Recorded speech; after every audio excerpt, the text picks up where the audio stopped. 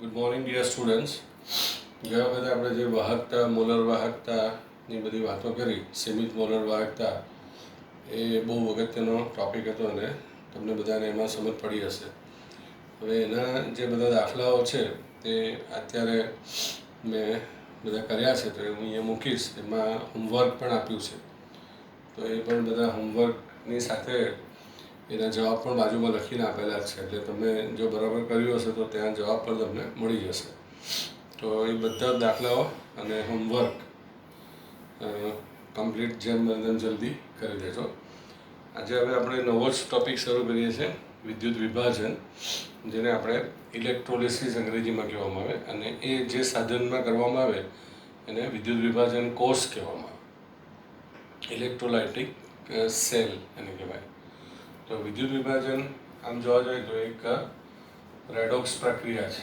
હા, એમાં એક વિદ્યુત વિભાજ્યનું જલીય દ્રાવણ લેવાનું, બરાબર, અથવા તો એનું પીગાળેલું દ્રાવણ લેવાનું.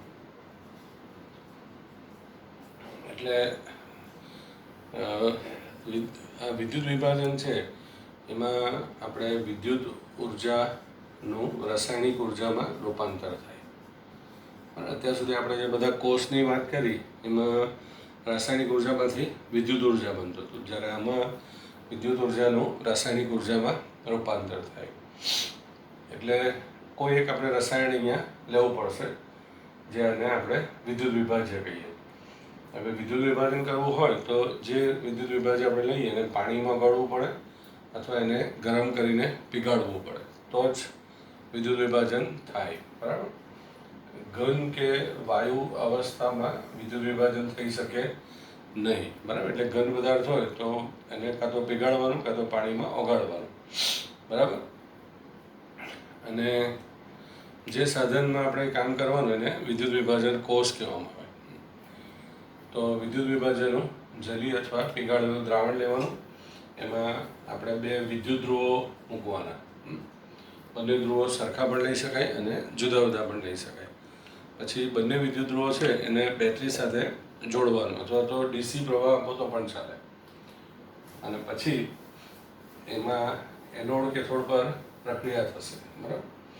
દાખલા તરીકે આપણે આ NaClનું પીગાળેલું દ્રાવણ છે એનું આપણે વિદ્યુત વિભાજન અહીંયા સમજવાનું છે.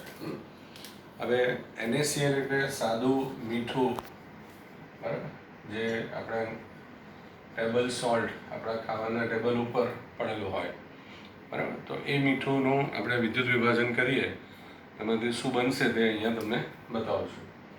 બરાબર. તો આ જે પદાર્થનું આપણે વિભાજન કરવાનું હોય એને વિદ્યુત વિભાજ્ય કહેવાય.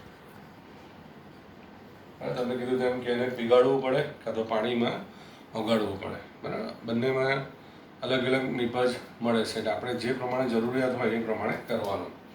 અહીંયા આગળ હું તમને જે આકૃતિ બતાવું છું તો એકદમ સાદી આકૃતિ છે.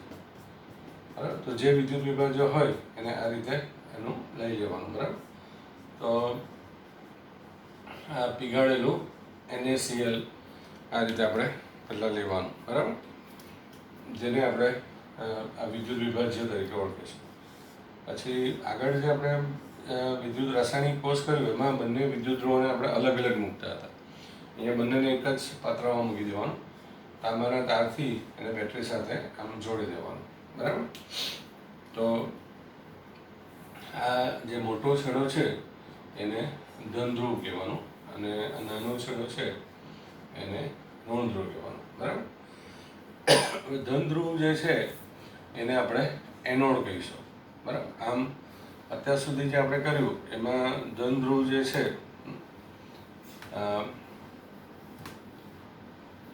બરાબર, ધન ધ્રુવ એ કેથોડ હતો. બરાબર. હવે અહીંયા આગળ એ એનોડ છે અને ઋણ ધ્રુવ છે એને કેથોડ કહેવાનું, અને એના ઉપર રિડક્શન થવાનું. એટલે પ્રક્રિયા વાઇઝ એમાં કોઈ ફેર નથી. એનોડ પર આગળના કોષમાં ઓક્સિડેશન થતું હતું અને કેથોડ પર રિડક્શન થતું હતું. અહીંયા આપણે આવું જ થશે, પણ એનોડ અહીંયા ધન થઈ જશે અને કેથોડ ઋણ થઈ જશે. બરાબર. હવે આ રીતે વચમાં એક પડદો મૂકી દેવામાં આવે, કેમ કે આ જે એનોડ અને કેથોડ છે એના પર આપણને નવું નિપજ મળવાનું છે. તો આપણે જે પદાર્થનું વિભાજન કરીએ એમાં જે હોય એ પ્રમાણે આપણને નિપજ મળવાની છે. હવે આ બેટરી ચાલુ કરો એટલે અહીંયા તાંબાના તારથી વિદ્યુત પ્રવાહ અંદર જાય અને જે આપણું પીગાળેલું લિક્વિડ છે NaCl એ આ રીતે Na+Cl- તરીકે છૂટું પડી જાય. બરાબર.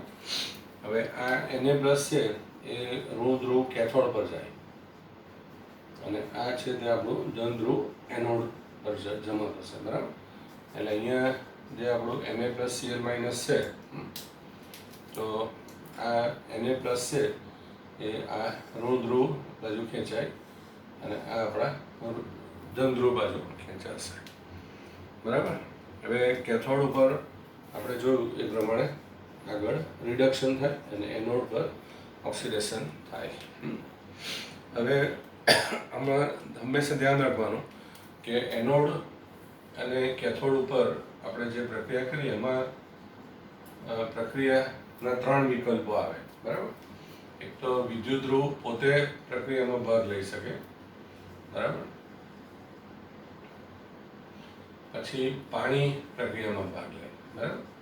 કેમ કે મોટે ભાગે આપણે પાણીમાં બધા ઓલું દ્રાવણ લઈશું. અહીંયા આગળ પાણી લીધેલું નથી. બરાબર. એટલે આની આજુબાજુ પાણી પણ હશે. અને ત્રીજું જે આયન ઉત્પન્ન થયેલા હોય આ Cl- આયનો એનોડ પર ગયા અને આ રીતે ગયા. બરાબર. એટલે દર વખતે તમારે માઇન્ડમાં ફિક્સ કરી દેવાનું કે ભાઈ 3 વિકલ્પ છે. એનોડ પર ઓક્સિડેશન, કેથોડ પર રિડક્શન. હવે કોનું થઈ શકે? તો વિદ્યુત ધ્રુવનું થઈ શકે, પાણીનું થઈ શકે અને જે આયન ઉત્પન્ન થયેલા હોય એનું થઈ શકે. બરાબર. હવે અહીંયા આગળ જે આપણા વિદ્યુત ધ્રુવ છે તે નિષ્ક્રિય લીધેલા છે આપણે. બરાબર. મેં તમને કીધું નથી પણ માની લો કે આ ગ્રેફાઇટ કે પ્લેટિનમમાંથી લીધેલા છે. બરાબર. બંને પ્લેટિનમ લેવાય, બંને ગ્રેફાઇટ પણ લેવાય, એટલે નિષ્ક્રિય વિદ્યુત ધ્રુવ છે. એટલે વિદ્યુત ધ્રુવ છે તે પોતે પ્રક્રિયામાં ભાગ લેશે નહીં. બરાબર. પીગાળેલું દ્રાવણ છે એટલે અહીંયા પાણી પણ છે જ નહીં. બરાબર. એટલે જે 3 ઓપ્શન હોય એમાં જે સરળ હોય એ પ્રક્રિયા પહેલી થઈ જાય. બરાબર. હવે આ બે તો છે જ નહીં એટલે હવે જે પ્રક્રિયાઓ થવાની તે આ Na+ અને Cl- ની થવાની.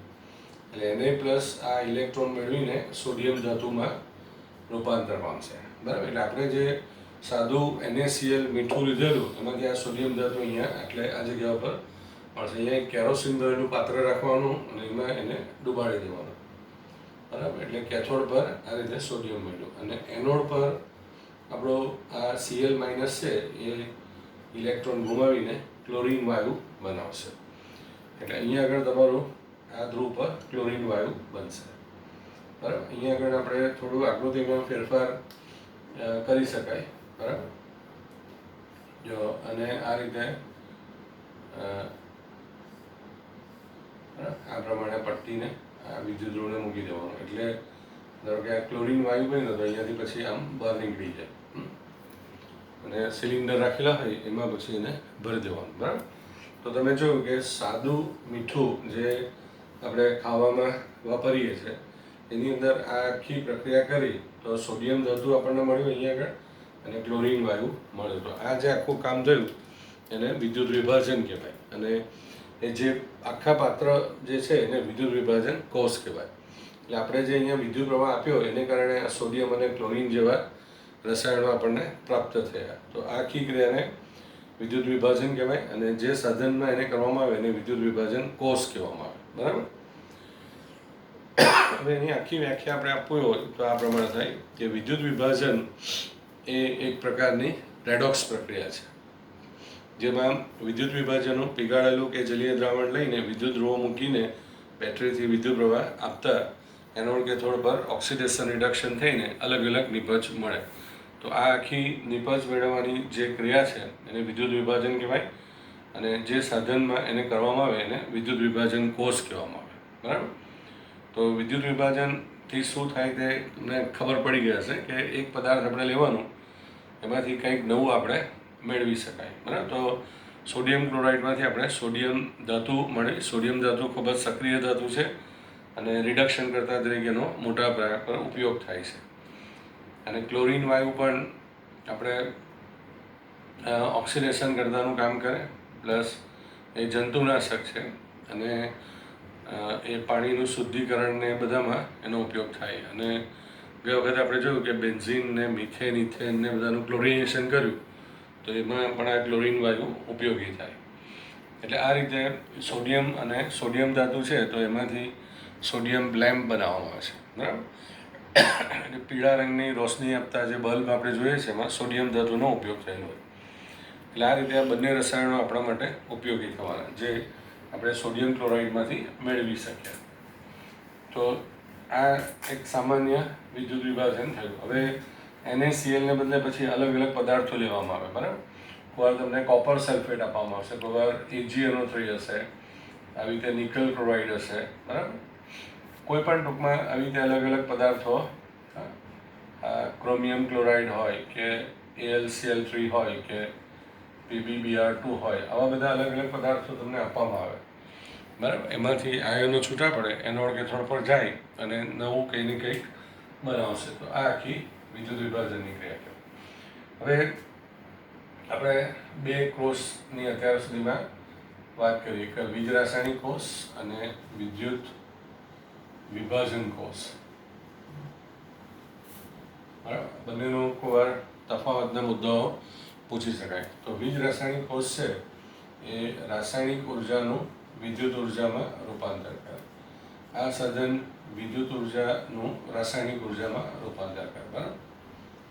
આમાં આપણે ડેનિયલ કોષ અને ગેલ્વેનિક કોષ ને બધા ઉદાહરણ છે. આમાં અલગ અલગ વિદ્યુત વિભાજનથી આપણે ધાતુનું શુદ્ધિકરણ કરી શકાય.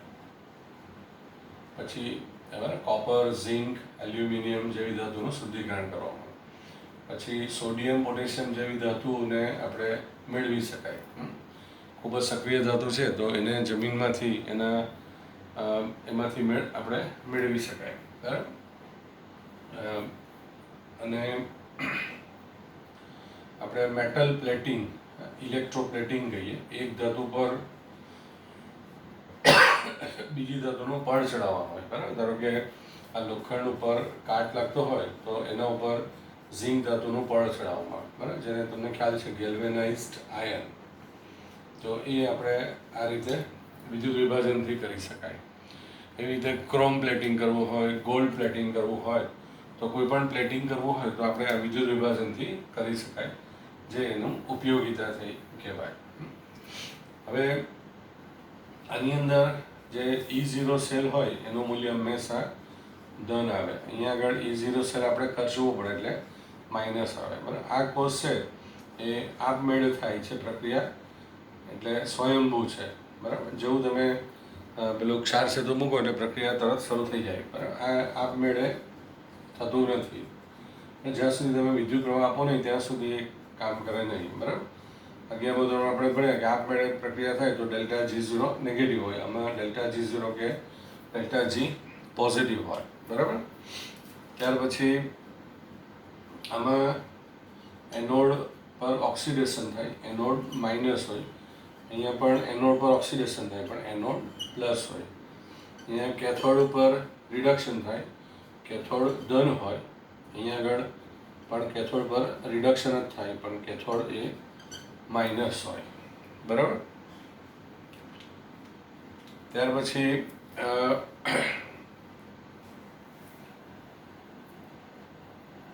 અહીંયા આગળ બંને ધ્રુવો આપણે અલગ અલગ મૂકેલા હોય.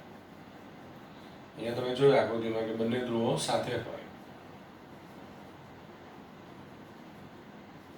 બરાબર. પછી અહીંયા આપણે ક્ષાર સેતુ વાપરતા નથી, સોરી, અહીંયા ક્ષાર સેતુ ઉપયોગમાં આવે છે, બરાબર. અહીંયા ક્ષાર સેતુનો ઉપયોગ થતો નથી. તો આ રીતે ઘણા બધા તફાવતના મુદ્દાઓ આવી શકે, બરાબર. મેઇન વસ્તુ લખવાનું રાસાયણિક ઉર્જાનું વિદ્યુત ઉર્જા, વિદ્યુત ઉર્જાનું રાસાયણિક. ડેનિયલ કોષ, ગેલ્વેનિક કોષ, આ બધા ઉદાહરણ છે. ધાતુ શુદ્ધિકરણ, મેટલ પ્લેટિંગ. E0 સેલનું મૂલ્ય ધન હોય, આમાં ઋણ હોય. અહીંયા આપમેળે થાય, આપમેળે થશે નહીં. ડેલ્ટા G નેગેટિવ અને પોઝિટિવ. એનોડ કેથોડની સાઇન આમાં જે હોય એના કરતાં પહેલાંમાં જુદી હોય. બંને ધ્રુવો અલગ અલગ મૂકેલા હોય, બરાબર. અહીંયા આગળ બંને ધ્રુવો સાથે જ હોય અને આમાં ક્ષાર સેતુ ઉપયોગી છે જ્યારે આમાં ક્ષાર સેતુ વપરાતો નથી. તો આ તફાવતના મુદ્દાઓ તમારી જાતે બધા લખી કાઢજો, બરાબર. એટલે આ બીજ રાસાયણિક કોષ અને વિદ્યુત વિભાજન કોષ વચ્ચેનો આ તફાવત છે. હવે વિદ્યુત વિભાજન દરમિયાન આપણે જોયું કે જે નિપજો જુદી જુદી મળે છે એ આ એનોડ કેથોડ પર મળે છે. વિદ્યુત વિભાજન ઉપર જે નિપજ મળે તે એનોડ અને કેથોડ પર મળે છે. હવે એ નિપજો જે મળે છે એનું જે મુખ્ય કારણ છે વિદ્યુત પ્રવાહ જે આપીએ છીએ તે છે. એટલે વીજ પ્રવાહ જેટલો આપણે આપશું તે પ્રમાણે નિપજ મળે છે. હવે તો આ માઇકલ ફેરેડે નામના વૈજ્ઞાનિકે 1834ની સાલમાં આ વિદ્યુત વિભાજન માટેના વિદ્યુત વિભાજન દરમિયાન ધ્રુવો પર મળતી નિપજના જથ્થા અંગેના નિયમો આપ્યા. તો એ ફેરેડેના નિયમો પરીક્ષાની દ્રષ્ટિએ પણ અગત્યના છે અને એના પછીથી દાખલાઓ પણ આવશે. તો એ જો થિયરી સમજ પડશે તો આવડશે, બરાબર. તો નિપજ જે એનોડ કેથોડ પર મળે એ વધારે મળે ઓછી મળે એ કોણ નક્કી કરશે એને અંગેના એટલે વિદ્યુતના નિપજના જથ્થા અંગેના આ બે નિયમો છે. આપણે તમારું જો આ જે કોષ હોય એ કોષની ક્ષમતા હોય, બરાબર. એની જેટલી કેપેસિટી હોય એ પ્રમાણે આપણે નિપજ મળે, બરાબર. એવું નહીં કે એમાં વિદ્યુત પ્રવાહ ઈપાસ કરીએ તો નિપજ મળ્યા જ કરે, બરાબર. તો એની ક્ષમતા જેટલી હોય એ પ્રમાણે જેટલી વિદ્યુત જથ્થો જોઈતો હોય એટલો આપણે આપવો પડે, બરાબર. ધારો કે એનાથી ઓછો આપીએ તો પછી નિપજ આપણને ઓછી મળે. ધારો કે આપણું પરીક્ષા હોય તો 100 માર્કની આપણી પરીક્ષા હોય અને 3 કલાકનો સમય હોય. હવે ધારો કે જો તમે 70 માર્કનું જ લખો તો પછી તમારે 80 માર્ક આવવાના નથી એમ, બરાબર. તો 70 માર્ક્સનું લખશો તો પછી એ પ્રમાણે જ આવશે, બરાબર. ધારો કે તમે 90 માર્કનું લખશો તો પછી તમારે એ પ્રમાણે અહીંયા માર્ક આવશે, બરાબર. તમે 40 માર્કનું લખો ને એમ કહો કે 60 આવવા જોઈએ તો એ આવવાના છે નહીં. એટલે આ જે સાદું ઉદાહરણ શું કહે છે કે ભાઈ પરીક્ષામાં જેટલા માર્ક તમારે વધારે જોઈતા હોય એટલું તમારે 100માંથી વધારે લખવું પડે, બરાબર. તમે 110 માર્કનું કે 120 માર્કનું લખવાના નથી કે એનાથી વધારે આવવાના પણ નથી, બરાબર. તો જેટલા માર્કનું તમે લખશો એ પ્રમાણે તમારા માર્ક આવવાની શક્યતા છે. એવી રીતે અહીંયા પણ જ્યાં સુધી આપણે વિદ્યુત પ્રવાહ આપીએ નહીં ત્યાં સુધી નિપજ મળે નહીં. તો કોષની જે કેપેસિટી હોય એ પ્રમાણે આપણે વિદ્યુત પ્રવાહ આપવો પડે. તો વિદ્યુત વિભાજન માટેના ફેરેડેના નિયમો, બરાબર. 2 નિયમો છે. તો પહેલો નિયમ બહુ સરળ છે. શું કહે છે કે સાંભળો બરાબર કે વિદ્યુત વિભાજન કોષમાં વિદ્યુત ધ્રુવો પર પ્રાપ્ત થતી નિપજોનો જથ્થો કોષમાંથી પસાર કરેલા વિદ્યુત જથ્થાના સમપ્રમાણમાં હોય છે. એટલે તમારે નિપજનો જથ્થો જેટલો જોઈતો હોય, બરાબર, એ પ્રમાણે વિદ્યુતનો જથ્થો તમારે આપવું પડે, બરાબર. કેમ કે નિપજને બનાવવાનું કામ આ વિદ્યુતનો જથ્થો કરે છે, બરાબર. તમે જોયું કે બેટરીમાંથી આપણે કરંટ એને આપીએ છીએ તો નિપજનો જથ્થો એ વિદ્યુતના જથ્થા ઉપર આધાર રાખે છે, બરાબર. એટલે આ પહેલો નિયમ થયો. ધારો કે નિપજના જથ્થાને આપણે એમ કહીએ અને વિદ્યુત જથ્થાને સી કહીએ તો એમ ચલે છે સી, બરાબર. સીને બદલે ધારો કે વિદ્યુત જથ્થાને આપણે ક્યુ તરીકે પણ લઈ શકાય. તો ટૂંકમાં જેટલો વિદ્યુત જથ્થો આપણે આપશું એટલો નિપજનો જથ્થો મળશે. તો આ ફેરેડેનો પહેલો નિયમ શું થયો સાંભળો બરાબર કે વિદ્યુત વિભાજન કોષમાં વિદ્યુત ધ્રુવો પર પ્રાપ્ત થતી નિપજનો જથ્થો એ કોષમાંથી પસાર કરેલા વિદ્યુતના જથ્થાના સમપ્રમાણમાં હોય છે. અને તમે એવી રીતે પણ કહી શકો કે આપણે જે નિપજ મળે છે તે રાસાયણિક ક્રિયાને કારણે છે. તો જેટલી રાસાયણિક ક્રિયા આપણે વધારે કરશું એટલું નિપજ તમારે વધારે મળશે. તો એવું પણ કદાચ હોઈ શકે કે લખી શકાય કે વિદ્યુત વિભાજન દરમિયાન વિદ્યુત ધ્રુવો પર થતી પ્રક્રિયા એ વિદ્યુતના જથ્થા ઉપર આધાર રાખે છે. જેટલો વિદ્યુત જથ્થો આપણે વધારે પસાર કરશું એટલો આપણો નિપજ વધારે મળશે. એટલે વધારે પ્રક્રિયા થઈને વધારે નિપજ મળશે. અને કહીશું આપણે ફેરેડેનો વિદ્યુત વિભાજનનો પહેલો નિયમ, બરાબર. ધારો કે આ તમને ફરી પાછું બતાવી દઉં કે આ આપણું આ છે, બરાબર. હવે અહીંયા આગળ આ આયનોના સ્વરૂપમાં છે તો એની અંદરથી આપણે એને બનાવીને આ બનાવ્યું. તો આને આ બનાવવું હોય તો આ બેટરીમાંથી કરંટ તમારે આપવું પડે, બરાબર. તો એ જેટલો વધારે આપશું તેટલો આનો જથ્થો અને આનો જથ્થો આપણને વધારે મળશે, બરાબર. તો વિદ્યુત વિભાજન કોષમાં વિદ્યુત ધ્રુવો પર આ જે બંને ધ્રુવો છે એના પર આપણે નિપજ મળવાની છે. તો મળતી નિપજનો જથ્થો કોષમાં પસાર કરેલા વિદ્યુતના જથ્થાના સમપ્રમાણમાં હોય છે. હવે આપણે જે વિદ્યુત પ્રવાહ જે આપશું, તો વીજ પ્રવાહનો એકમ તમને ખબર છે કે એમ્પિયર છે, બરાબર. હવે એ વીજ પ્રવાહ આપણે અમુક સમય માટે આપીશું, સમય ને ટી. તો સમય ગુણ્યા વીજ પ્રવાહ, બરાબર, એટલે કે ટી ઇન્ટુ આઈ. તો એને આપણે કહીશું વીજભાર કહીશું, બરાબર. હવે વીજભારનો એકમ છે કુલમ, બરાબર. તો જેટલો સમય જેટલા એમ્પિયર વિદ્યુત પ્રવાહ આપણે આપશું એટલો એ આપણને વીજભાર કુલમ એકમમાં મળશે, બરાબર. તો કુલમ એ વીજભારનો એકમ છે, બરાબર. 1 એમ્પિયર વિદ્યુત પ્રવાહ 1 સેકન્ડ માટે આપીએ તો જે મળે વિદ્યુત જથ્થો, વીજભાર જે મળે એને 1 કુલમ વિદ્યુત જથ્થો કહેવાય, બરાબર. 1 એમ્પિયર વિદ્યુત પ્રવાહ 1 સેકન્ડ માટે આપીએ તો જે મળે એને કુલમ કહેવાય, બરાબર. એટલે અહીંયાથી તમારે જે એમ્પિયર પ્રવાહ અંદર જશે સમય પ્રમાણે, તો એનો ગુણાકાર થતો જશે અને પછી તમને અહીંયા કુલમ મળશે.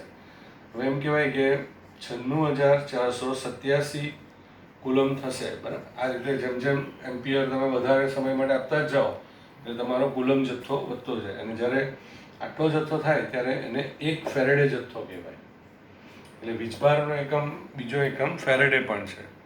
તો જ્યારે 96,487 કુલમ થાય ત્યારે 1 ફેરેડે વીજભાર થયો કહેવાય. આપણે હવે અહીંયા શું કરશું કે રાઉન્ડ ફિગરમાં એને 96,500 કુલમ લઈશું, બરાબર. તો 96,500 કુલમ બરાબર 1 ફેરેડે કહેવાય. એટલે અહીંયા આગળ જે બતાવ્યું તમને ક્યુ બરાબર આઈ ઇન્ટુ ટી અને એમ્પિયર ઇન્ટુ સમય એટલે એને કુલમ કહેવાય, બરાબર. હવે 1 ફેરેડેનો બીજો પણ અર્થ થાય કે 1 મોલ ઇલેક્ટ્રોન દ્વારા વહન થતા વિદ્યુત જથ્થાને 1 ફેરેડે કહેવામાં આવે. 1 મોલ ઇલેક્ટ્રોન દ્વારા વહન થતા વિદ્યુત જથ્થાને 1 ફેરેડે કહેવાય. એટલે જ્યારે તમારું 96,500 કુલમ થાય તો ત્યારે એમ સમજવાનું કે 6.022 ઇન્ટુ 10⁻23 જેટલા ઇલેક્ટ્રોનના કણો આ વીજ પ્રવાહને જેટલાને લઈ જાય તેટલા 1 ફેરેડે થયો કહેવાય અને એ 96,500 કુલમ એમ કહેવાય, બરાબર. તો 1 ફેરેડે એટલે શું? તો 96,500 કુલમ બરાબર 1 ફેરેડે કહેવાય, બરાબર. જો અહીંયા તમને એક ઉદાહરણ આપો કે ધારો કે Al+3 છે તો એનું આપણે રિડક્શન કરીએ તો Al+3 ને 3 ઇલેક્ટ્રોન આપવું પડે તો એમાંથી આ Al મળે. હવે તમારે આ કેથોડ પર થતું આ રિડક્શન સમીકરણ છે. આવી રીતે તમારે સમીકરણ લખવું પડશે, બરાબર. હવે 3 ઇલેક્ટ્રોન છે તો 3 મોલ ઇલેક્ટ્રોન કહેવાય અને અહીંયા તમે જોઈ શકો ગુણક સંખ્યા કાંઈ નથી એટલે 1 મોલ કહેવાય. હવે 3 મોલ ઇલેક્ટ્રોન છે તો એને 3 ગુણ્યા 96,500 કુલમ કહેવાય. હવે 1 મોલ એટલે કોઈ પણ પદાર્થના પરમાણુ ભાર કે અણુભાર જેટલું વજન, બરાબર. પરમાણુ ભાર જેટલું વજન ગ્રામમાં. એટલે 3 ગુણ્યા 96,500 કુલમ જ્યારે તમે આપો ને તો એલ્યુમિનિયમનો પરમાણુ ભાર છે 27 ગ્રામ. એટલે જ્યારે આટલા કુલમ વિદ્યુત જથ્થો તમે આપો તો તમને 27 ગ્રામ મળે, બરાબર. આનો બીજો અર્થ થાય કે 3 ફેરેડે તમને કીધું ને કે 1 મોલ ઇલેક્ટ્રોન એટલે 1 ફેરેડે કહેવાય અને 96,500 એટલે 1 ફેરેડે કહેવાય. એટલે 3 ફેરેડે તમે આપો તો 27 ગ્રામ મળે, બરાબર.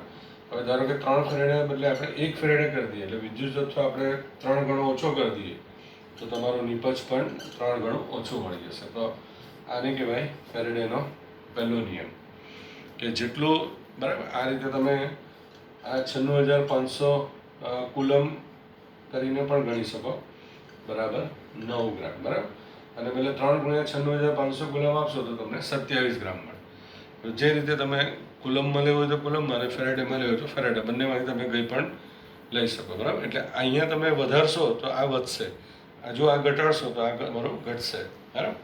આને કહેવાય ફેરેડેનો પહેલો નિયમ, બરાબર. બીજું ધ્યાન રાખવાનું કે કોઈ પણ વિદ્યુત વિભાજન કોષમાં આપણે 1 ફેરેડે જથ્થો પસાર કરીએ ને તો 1/n મોલ નિપજ મળે, બરાબર. 1 ફેરેડે જથ્થો પસાર કરતા 1/n મળે, બરાબર. જો અહીંયા તમે જોઈ શકો કે આપણે 3 ફેરેડે તમે આપતા હતા તો તમને 1 મોલ અહીંયા મળતો હતો, બરાબર. 3 મોલ ઇલેક્ટ્રોન એટલે 3 ફેરેડે એટલું. એટલે તમે 1 ફેરેડે પાસ કરો તો 1/3 મોલ મળે, બરાબર. એટલે જેટલા ઇલેક્ટ્રોન હોય એ પ્રમાણે તમને નિપજના મોલ મળશે. ઘણીવાર પૂછાશે MCQમાં પણ. એટલે 1 ફેરેડે જથ્થાથી હંમેશા 1/n મોલ નિપજ મળે, જ્યાં n બરાબર ઇલેક્ટ્રોનની સંખ્યા થાય, બરાબર. તો આ થયું તમારું ફેરેડેનો પહેલો નિયમ, બરાબર. એક બીજું ઉદાહરણ આપું તમને. ધારો કે Mg2+ છે, Mg2+ 2 ઇલેક્ટ્રોન એને મળે તો એમાંથી Mg બનશે, બરાબર. હવે અહીંયા તમે 2 ઇલેક્ટ્રોન આપો છો એટલે 2 મોલ ઇલેક્ટ્રોનથી 1 મોલ Mg મળ્યું એમ કહેવાય, બરાબર. આ સમીકરણ પરથી 2 મોલ ઇલેક્ટ્રોન એટલે 2 × 96500 કુલમથી 1 મોલ કહેવાય. અને તમે 2 ફેરેડે પણ કહી શકો તો 1 મોલ એટલે 24 ગ્રામ થાય. 24 ગ્રામ એ ક્યાંથી આવ્યા તો કે 24 ગ્રામ એ Mgનો પરમાણુ ભાર છે, બરાબર. એટલે કોઈ પણ તત્વના 1 મોલનું વજન એટલે એનો પરમાણુ ભાર. એટલે તમે જો આ 2 × 96500 કુલમ કે 2 ફેરેડે તમે આપશો તો તમને 24 ગ્રામ મળશે, બરાબર. હવે ધારો કે 2 ફેરેડે બદલે આપણે 1 ફેરેડે કરી દઈએ તો વિદ્યુત પ્રવાહ આપણે અડધો કરી દીધો તો નિપજ પણ તમારું 24/12 થઈ જશે. એટલે 1 ફેરેડે એટલે 96500થી તમને 12 ગ્રામ મળે. હવે આનાથી તમારે વધારે આપો વિદ્યુત જથ્થો, હા, આનાથી તો તમને વધારે મળશે. આનાથી ધારો કે ઓછું કરશો તો આ પણ ઘટતું જાય, બરાબર. તો હવે 2 ઉદાહરણ પરથી તમને ખબર પડી ગયા છે, બરાબર. જો અહીંયા પણ તમે આમ પૂછે તમને કે 1 ફેરેડથી કેટલા મોલ નિપજ મળે તો તમારા n2 છે તો તમે કહેશો કે ભાઈ 1 ફેરેડથી 1/2 નિપજ મોલ નિપજ મળે, બરાબર. તો આ ફેરેડેનો પહેલો નિયમ થયો, બરાબર. આ બધું ઉદાહરણને બરાબર નોટમાં કરી દેજો અને વાંચવામાં સમજ પડી જશે બધાને. તો આ રીતે ફેરેડેનો પહેલો નિયમ થયો, બરાબર. હવે ફેરેડેનો વિદ્યુત વિભાજનનો બીજો નિયમ. બીજો નિયમ પણ બહુ સરળ છે, બરાબર. આ નિયમમાં શું કરવાનું કે આપણે 2 કે 2 કરતાં વધારે કોષો લેવાના અને કોષોનું શ્રેણી જોડાણ કરવાનું. તમને ફિઝિક્સમાં ભણ્યા હશે કે શ્રેણી જોડાણ હોય એટલે દરેક કોષમાં વીજ પ્રવાહ સરખો જાય, બરાબર. કોષોનું શ્રેણી જોડાણ હોય તો વીજ પ્રવાહ સરખો જાય. અને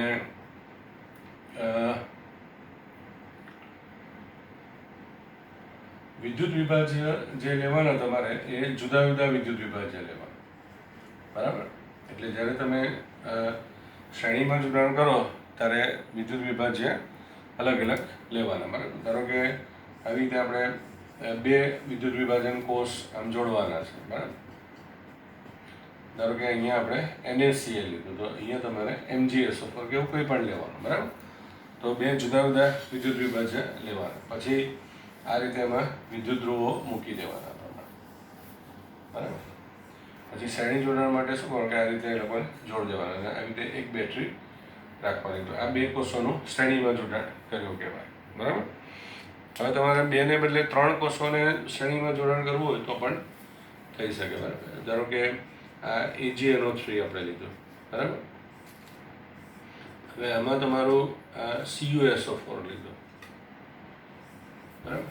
અને અહીંયા તમારે માની લો કે આ AlCl3 લીધું, બરાબર. તો 3 કોષોનું આપણે શ્રેણીમાં જોડાણ કરવાનું. આ રીતે 2 વિદ્યુત ધ્રુવો મૂકી દેવાના, બરાબર. પછી અને આ રીતે જોડ દેવાના, બરાબર. અને આ અહીંયાથી એક બેટરી આ રીતે જોડ દેવાની, બરાબર. તો આ 2 કોષોનું શ્રેણીમાં જોડાણ કર્યું, 3 કોષોનું શ્રેણીમાં જોડાણ, બરાબર. તો 2 કે 2 કરતાં વધારે જુદા જુદા વિદ્યુત વિભાજ્ય ધરાવતા વિદ્યુત વિભાજન કોષોને, આ બધા વિદ્યુત વિભાજન કોષ છે, બરાબર. તો વિદ્યુત વિભાજન કોષોને શ્રેણીમાં જોડાણ કરવામાં આવે ત્યારે દરેક ધ્રુવોમાં એક સરખો વિદ્યુત પ્રવાહ જશે.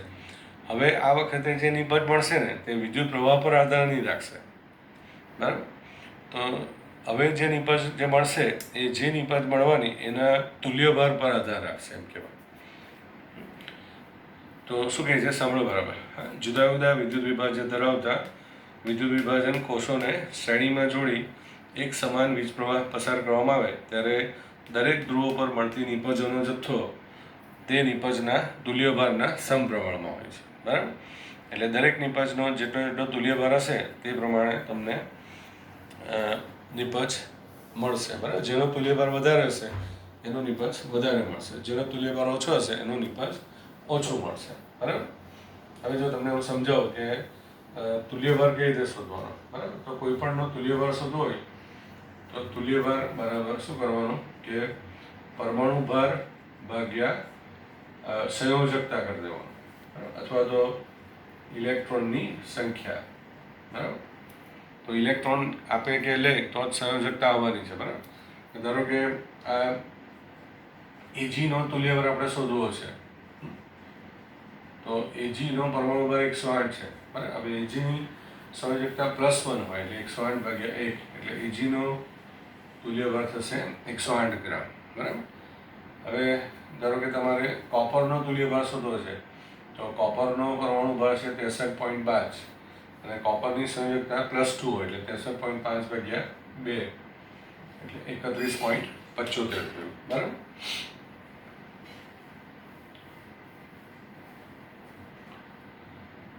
અને આ એલ છે તો એલનો તુલ્યભાર શોધવો હોય તો એલનું 27 છે અને એનો +3 સંયોજકતા હોય એટલે 9 થયો, બરાબર. તો તમે આ જોઈ શકો કે અહીંયા આગળ આ એજી મળશે, અહીંયા આગળ આ સીયુ મળશે અને અહીંયા આગળ એલ મળશે. તો જ્યારે એક સરખો જથ્થો આપણે આપશું તો તમે આમાં જોઈ શકો કે એમ કહે છે કે ભાઈ નિપજનો આધાર તુલ્યભાર ઉપર છે. તો તમે જો કે સૌથી વધારે તુલ્યભાર કોનો છે, 108 ગ્રામ એજીનો છે. એટલે અહીંયા આગળ આ જ્યારે સરખો જથ્થો આપશું તો એજીનું પ્રમાણ સૌથી વધારે મળશે.